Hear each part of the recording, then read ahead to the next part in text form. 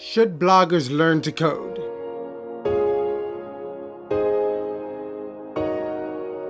With platforms like WordPress, Drupal, Joomla, Wix, Squarespace, and others, bloggers have options. You can typically create a website in about 30 minutes with either one of these tools. And while they all have a different learning curve, they pretty much make it really easy for you to create a website that actually gets results without ever having to touch a line of code. Hi, I'm Joel Rivera from pixelmerb.com and the creator of DevWP, which is a WordPress Development Training Theme. In this video, I'm going to share my thoughts on the pros and cons of bloggers learning how to code. Should you do it or shouldn't you? But before we begin, make sure to subscribe to this channel and hit the notification icon. That way, every time I upload a new video, you'll be notified. First, let me state this is not a comparison video of the different options that I mentioned earlier. This video is me thinking out loud about the pros and cons of learning to code as a blogger. Blogging is hard, and you might be thinking, well, it's not really that hard, right? How hard can it be? It sounds easy. You type out a few words, you maybe put in about,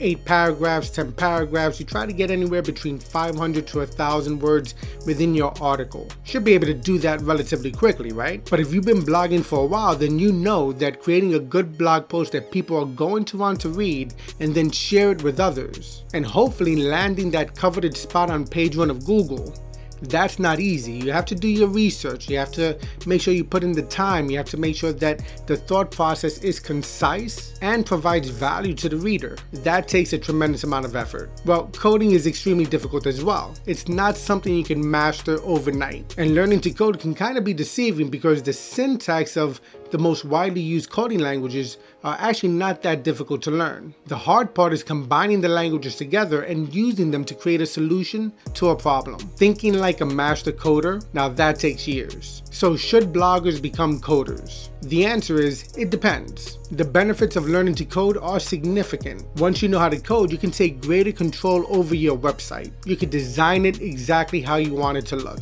You could add the features and functionality that you want to have on your website without ever having to work with a developer. But now, if you did need a developer, you know where to find me. I'm right here. Now, another benefit of learning to code is that you can actually analyze what's taking place under the hood with the platform that you're working with, especially if it's WordPress or Drupal or Joomla. You could use a FTP program like FileZilla to download all your files and folders to your local computer, and then you could use your text editor like Atom or Sublime Text or Visual Studio Code to analyze what's taking place under the hood. And then you could actually use diff checkers like Meld Merge or others in order to see what's taking place when there's an update to the core system of the platform itself. Now, this is great because if you want to debug a platform, if you want to contribute to the open source community, you'll be able to do so, and you could blog about it. That's actually not bad. You could blog about your journey learning how to code. So it sounds like all bloggers should learn how to code, right? Well, not so fast. Like I mentioned, coding is hard work.